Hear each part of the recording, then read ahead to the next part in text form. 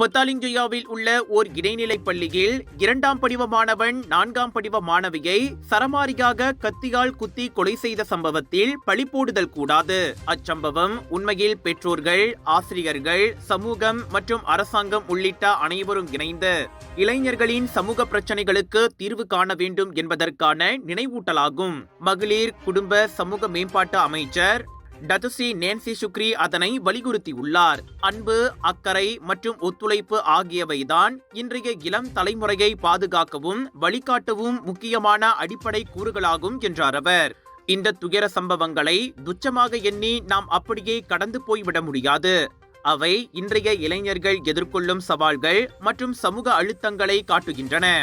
ஆகவே பெற்றோர்களை தங்கள் குழந்தைகளுக்கு நல்ல முன்மாதிரியாக இருந்து ஒழுக்கம், மரியாதை மற்றும் அன்பை விதைத்து நல்ல பண்புகள் கொண்ட தலைமுறையை உருவாக்குமாறும் அமைச்சர் வலியுறுத்தினார்.